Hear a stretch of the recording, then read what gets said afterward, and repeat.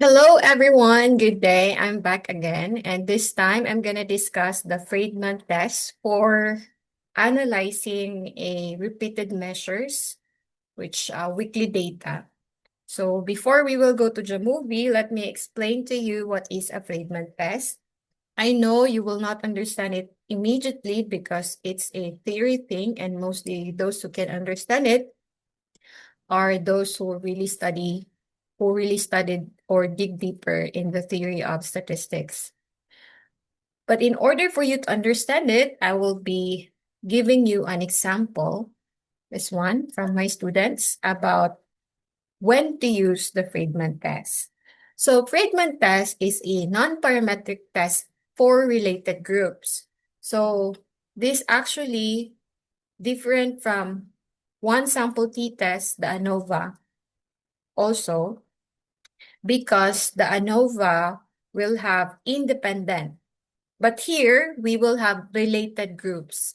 When we say related groups, they are repeated measures. If we try to look at here, you will be measuring week 1, week 2, and week 3. That's why it calls repeated measures. Here we have week 1.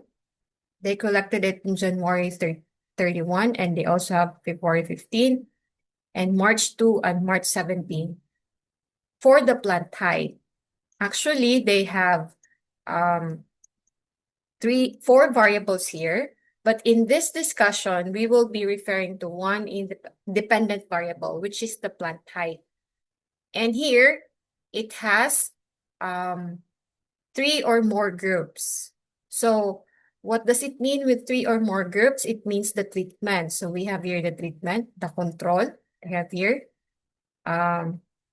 They have the treatment 3, complete NPK or the inorganic fertilizer. They have here the treatment 2, the chicken dung. And they have here treatment 4, which is the combine. And it's actually have the replication. Take note that this is not ready for data analysis. This is the raw data. So as a data analyst or statistician, you need to know on how to convert this file into a ready data analysis format. So it is non-normal data. So we will use Friedman test if the data is non-normal. Later, I will show you on how to identify whether this is a non-normal data. Then we need to compare related samples here. In this case, we are comparing week 1, week 2, and week 3. So which one has a good performance? Is it the first week of the plants or the second week of the plants or the third week? In this case, we will be able to determine which week will significantly differ from the previous week or for the following week. So that's it. And then this is testing in 3 or more related groups when data is not normally distributed. So that's the summary. It is said that this is related. Why? Because February 14 data is related to January 31. That's why, and this one is also related to the next week. That's why it's says here related groups. And here, more related groups. We are talking about the week 1, week 2, and week 3. They are related. Okay? So before we will go to the data management, let me just emphasize to you that in doing the weekly or in doing the Friedman test, your objective should be on the weekly growth of the plant. Okay? If there is no weekly, here, there is no weekly, just only the growth of the plant, then do not use the Friedman test. Okay? Because, again, Friedman test should be used if your data is repeated measure. So if it is repeated measure, just like weekly measurement of the plants, they are dependent data collection, which means week 2 is dependent to the week 1 here. So which means in this objective, there is a weekly, so you can use Friedman, given that the data is non-normal. But if the objective is only to determine which treatments effect on the growth plant, then you can use just ANOVA if it is normally distributed or cross-Galois if it is non-normal. Now let's go to the data management.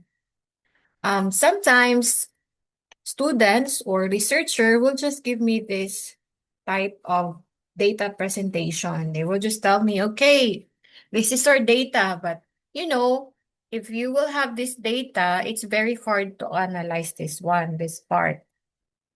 And if you are really interested to weekly growth of the plant per treatment, then this is the best way of presenting the raw data. So make sure that your column heading are the variable name. And also, the data for the analysis, there should be no here mortality. So I converted this one to 0. Make sure that there is no merged cells. Here, there is no merged cells. And there is no gap. Okay? Like this one, this is a gap, so you need to delete this one. In other words, your data should look like this one. All of here should be numbers, which means this one is ready for data analysis. Okay? Let me maximize this one. So we have here 3 replication and 4 treatments. We have plot number here and plot number, and then I color this yellow just to emphasize that the following data are for the plant type. Then here, number of leaves, this data is for the number of leaves. Also, we have here for the stem diameter, this one. So we have how many independent variable in describing the growth of the okra plants? We have 4 data. I mean 4 dependent variable. Here in this video, we will only be assessing 1 dependent variable, which is the plant type. This is the tricky part when we will assess if we will be doing data analysis with plant growth, because there are a lot of variables that describe the plant growth. For example, stem diameter, the plant height, the number of leaves, the flowering. So those are the variables that depicts the growth of the plant. So there is another test that merge it or that reduce it into 1 dimension, and we call that one as principal component analysis. However, that one is not part of this discussion. We will be focusing on the use of Friedman Test in measuring the weekly growth of the plant. And the dependent variable that we are going to present here is the plant height. Okay, 1 dependent variable only. So your data should look like this one, and it should be ready for data analysis. Okay, again, your column heading should look like this one, and then the rest of the rows should be numbers. And again, in this data analysis, in this topic, we will be only focusing on the plant height, only the plant height.